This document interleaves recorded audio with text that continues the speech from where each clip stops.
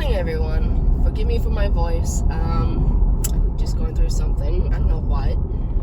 But it just dawned on me. This car is from New Jersey, right? And the Jersey drowns. And it's like, oh my god, what are the odds? My throat has been itching and scratchy and sore for the past 2 days.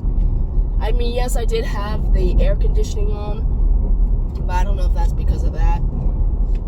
I don't know. I don't even know how long my local enterprise has had this car. So it's weird. But nevertheless, I have a lot to say. So I'm sorry yet again for my voice. It's just the way it is right now.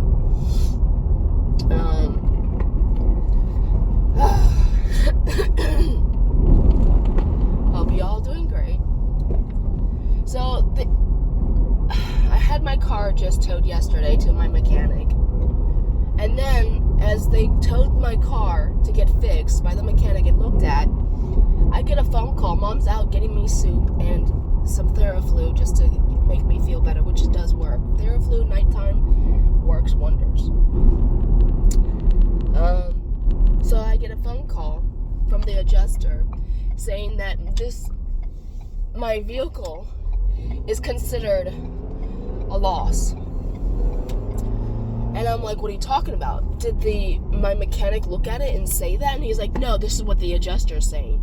I said, well, my mechanic hasn't even placed hands on my vehicle. How can you say that? He's like, well, and the hood was not even affected by the hit of the deer. It was not. It was untouched. He's like, well, the hood is faded, severely faded. The carpet is soiled. I'm like, no, it's not. We just got done with having a lot of snow, a lot of ice, salt on the roads, and all this other stuff. I haven't even washed the car. You know? And he's like, I'm like, why are you even looking at the carpet and the hood of the car? I said, it's called a faded green. It's a sea green, faded. I said, that's the way I bought the car anyways, with the dirty carpet. I've cleaned the carpets myself. I vacuumed them and all that. So why in the hell are you nitpicking? They took off $200 from the so-called value of the vehicle. I'm like, you're an asshole. And he's like, well, basically your car's worth $4,000, roughly. I was like, that's it? Jesus. And I was like, you know, where the deer hit the vehicles is where the bumper is. Why in the hell are you looking at the damn hood? The hood was not affected. And they forgot a few things, like the entertainment center and something else, a few other things. So that added value to it. And he's like, well, if you have high miles, that's going to decrease it even more. I was like, you know what? I don't even agree with your decision. You know, wait until my mechanic has hands on and he looks at it. Let him be the judge of what happens next. And I mean, I was like, wow, when it rains, it pours. And mom is like saying, like, wow, who has a hex on you? Who curses you? You know, so there's something going on. And I'm like, I don't know. And she thinks it's a specific someone that's been in my life. And she thinks that she's put a curse on me. I said, Mom, just because she's knowledgeable about tarot cards and hex bags and all this other stuff doesn't mean she'd be the one that does that. There's no reason for her to. There's no reason. She has nothing to gain. And she doesn't, to me, seem like that kind of person to begin with. And if she is, that's new to me, but whatever. It's just sometimes the luck of the draw. I don't know. It just happens. Bad things happen to good people. And sometimes we sign a contract with our life soul, and we say, okay, I want to experience what hitting an animal feels like. I want to experience what an accident feels like, or a fire, or whatever the hell it is. I mean, that's just how I think, or what I think. Maybe subconsciously I agree to these terms without even knowing it or remembering. I don't know. And if that's the case, then I'm fulfilling my life's duty of living my life to knowing what these circumstances feel like. And here they are. I mean, I've had several between last year in November with the fire and almost killing myself in a freaking rollover by dodging a dog. I've almost died twice. Near-death experiences. Maybe, I don't know. But it was scary as hell. So, I don't know. I don't know if this is what I agreed to, and I just am, I don't know. It's just weird how things are happening. It really is. So sorry. I feel like shit. And I don't want to work. I just want to go to bed.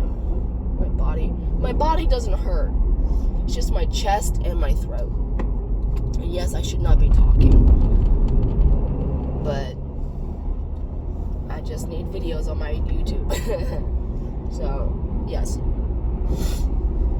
Anyways, so this guy comes in the other day, and he's low, and I've talked to him several times and whatnot. Nevertheless, his best friend comes in after he has left the restaurant, because he was kind of low and glum and just very sad looking. I'm thinking to myself, what is going on? He didn't want to talk about it. I'm like, okay, well, whatever's going on, I hope you feel better. I hope it lightens your load and you realize what's good for you, basically. His so-called friend comes in. I didn't recognize him, but whatever. He spills the beans between their bromance. That's what I call it. And he's like, oh, he's this, he's that, he's living off a debt and blah, blah, blah.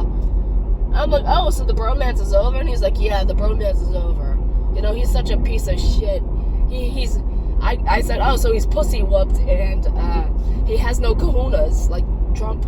And Trump has kahunas. He does. Forget about it. He has no ways of standing up to his woman that he's married to, and this guy's like, hey, you need to stand up to her, blah, blah, blah. She can't be the one that wears the pants in the relationship or the marriage, whatever it is.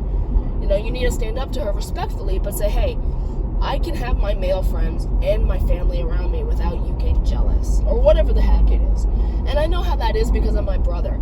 He's pussy whooped, and he doesn't have any say, but she's living in his house. I don't know why in the hell you would marry someone like that. That's just stupid, I've had my fair share, small little fair share of assholes, but I stand up to them. At first I wasn't, until my mom was saying, you know what, he's not treating you right, you need to stand up, you need to say how you're not going to put up with it and get out. Just get out. How is this serving you? How is this making you a better person? You're not happy. Get out. So I found my own special way of getting mad with myself, looking myself literally in the mirror, and say, you deserve better, girlfriend. You were raised to be a strong woman. Don't let this man push you around and treat you like shit, because you are worth so much more than that. I would get mad at myself. And before I know it, I'd be packing my shit and getting out. Like, I'm done. So, yes, I would go back and be like, oh, please take me back. And then he would be like, I miss you, come back, blah, blah, blah, bullshit crap. Just stay out. If it doesn't work the first time, don't go back. It's a good thing it doesn't work out, because you don't need that shit in your life. That person's a shitty person, stay away. Stay away. Anyways, so nevertheless, yeah. And then he's like telling me how he treats all his girlfriends, or he treats women like princesses. And I'm thinking to myself, oh, jeez, you too? Jeez. When a man says he treats his girls like princesses, I'm like, red flag. Red freaking flag. Don't even bother. He's nothing to look at to begin with. I'm not interested. I don't want anyone. Ugh. And then he said he had this Colombian chick living with him, or vice versa. They were living together. And she says, when I'm home, why aren't you home? Blah, blah, blah. And I know exactly how she feels because of my ex. It was weird. He was cheating the whole damn time we were together while I was living with him. It just doesn't matter. It's just a piece of shit. Anyways, he says, no, honey, you don't understand. You do what you want, and I'll do what I want. And I'm like, well, were you two living together? He's like, yeah. I was like, why would you say that to her if she wanted to have you and only you, he says, because I didn't want her only. I wanted to see whoever I want. If she was working, I want to go and go jet skiing, and if I meet a pretty woman, I can talk to her. This is his way of thinking that pissed the hell out of me, and it validated what my boyfriend at the time was doing to me, because he literally did this. He literally came home in swim shorts and was soaking wet, and I had just come home from work, and I'm like, where in the hell have you been? He says, oh, I went swimming. I'm like, with who? Oh, by myself? I'm like, yeah, right. Yeah, fucking right. Why are you hanging out with people? I said, why can't I be invited? He's like, oh, it's just a friend's house. I said, well, I want to go to your friend's house. I want to see what's going on. That's okay. Anyways, that just validated. He says, I says, why are you doing that to her? I said, what's the point of being with someone, living with someone, if you're going to do that to her? What's the point of being with someone if you do that to each other? You might as well just be by yourself. Like, just forget about it. Have no ties. Live with nobody. Live by yourself. And don't hurt people. Just don't. I don't understand that. I says, wow, you're just like every man that I've met. You're an asshole. And he starts laughing. He's like, no. I says, don't touch me. Don't touch me. Don't. I said, you just really, truly, wholeheartedly show me who you are. He's like, if you want to hang out, I says, I don't want to hang out with you. I don't want anything to do with you. Please, just go. When I first met him or saw him, and I saw this other guy that was, down on his luck, my gut instinct was, oh, trouble, dirty, no. Both of them. They both had their baggage they need to face and unload and fix themselves with. And it's sad to know that a grown-ass man like these guys have their issues. And it's really sad. It really is.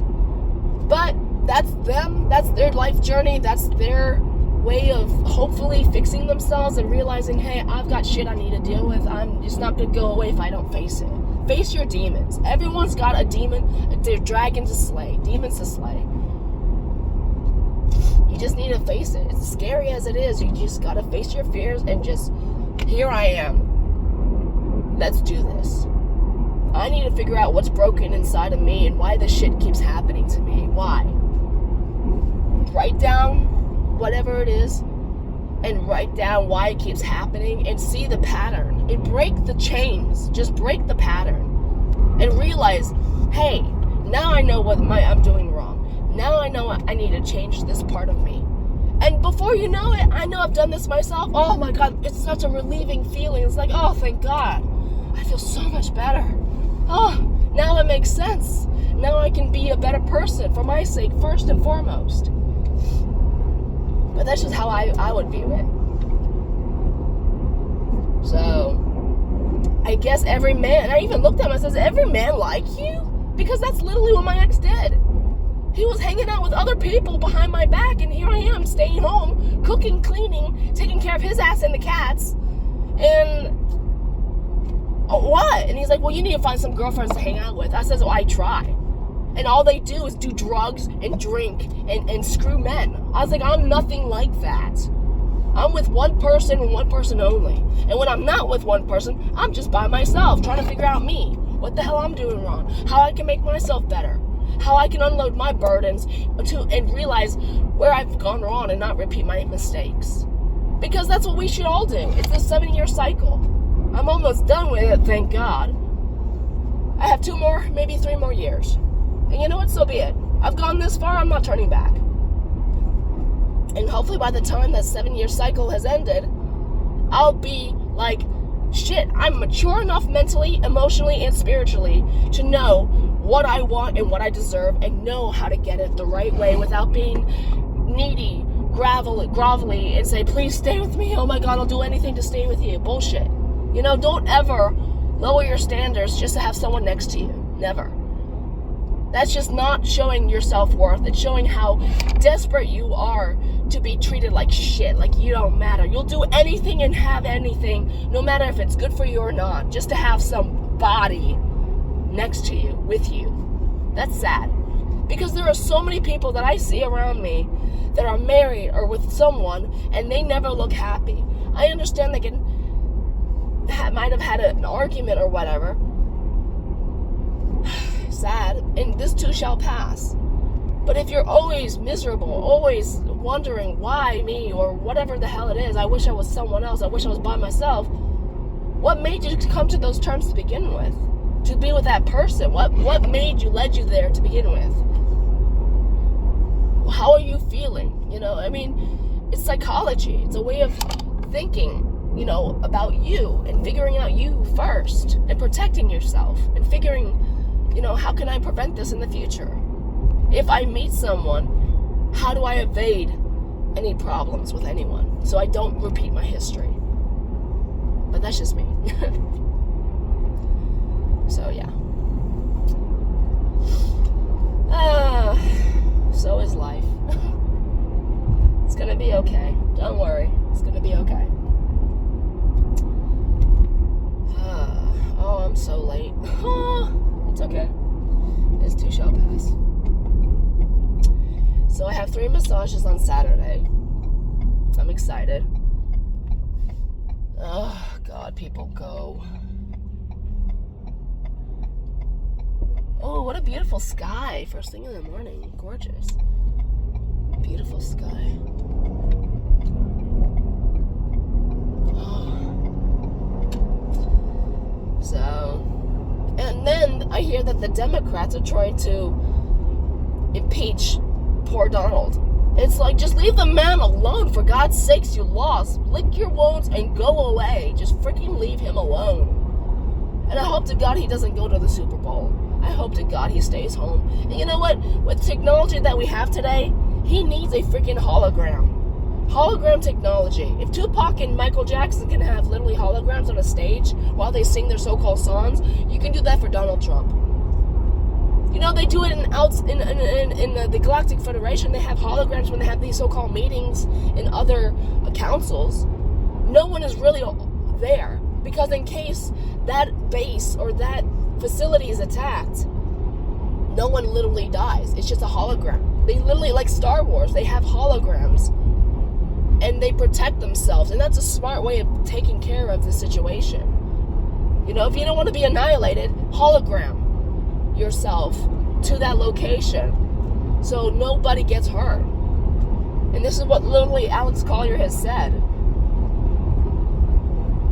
This is how they take care of them, the situation. They still are able to get the information and the knowledge they need, and they still are able to speak, but no one ever gets hurt in case they get attacked. So that's a smart way of dealing with it. It really is.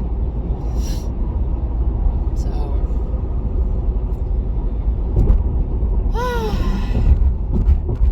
it's gonna be okay. It's gonna be okay.